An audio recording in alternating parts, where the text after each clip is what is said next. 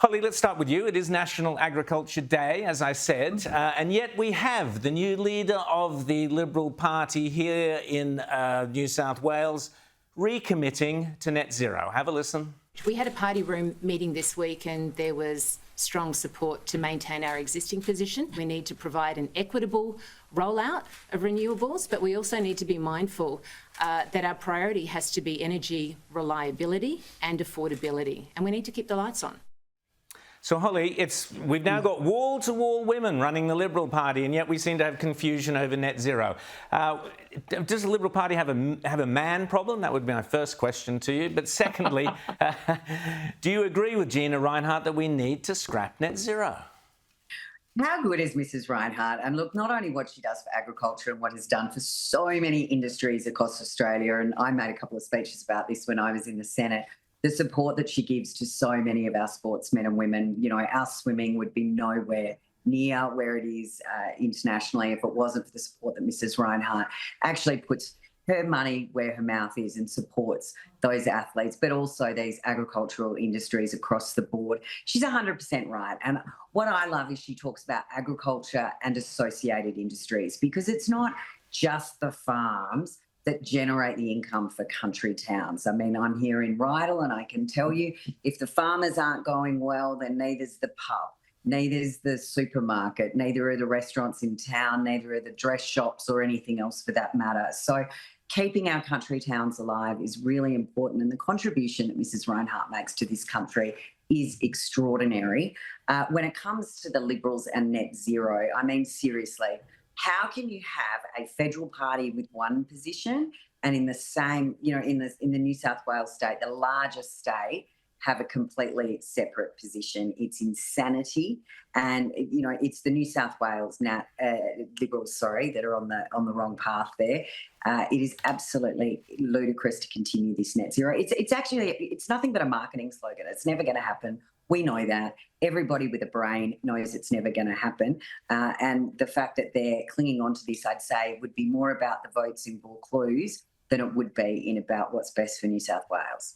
Well, Michael, let's speak about Victoria. So many new female Liberal leaders. You know, as I said, the Libs have a man problem now. But tell us about Victoria. Jess Wilson, your thoughts there. Michael Danby. I know Jess. I actually heard her speak at the Kew Synagogue when I was the main speaker some months ago.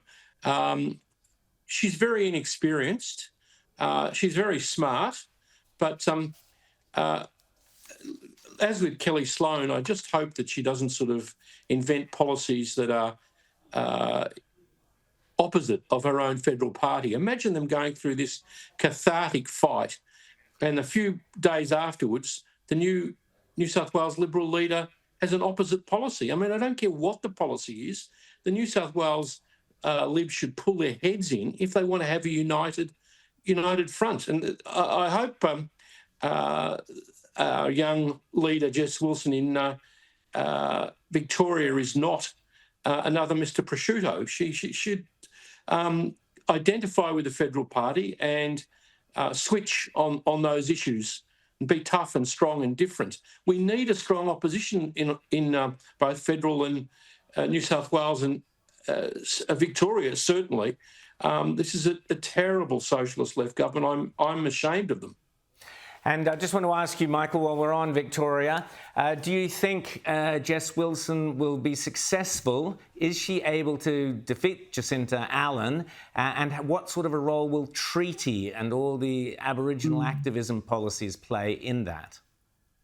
Unfortunately, Rowan, I think treaty, environment, all of these kinds of culture war issues are deeply ingrained amongst younger people. There's a real bifurcation between older Victorians and younger Victorians. I'm not sure that Jess will be able to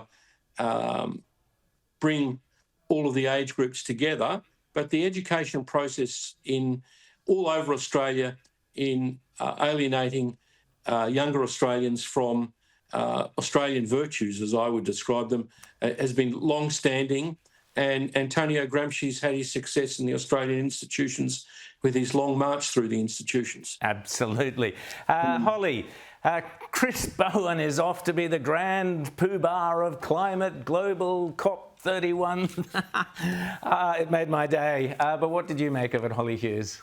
Look, as someone who's in the middle of still unpacking from moving, I would actually go and help Chris Bowen pack if this means we get to send him overseas permanently.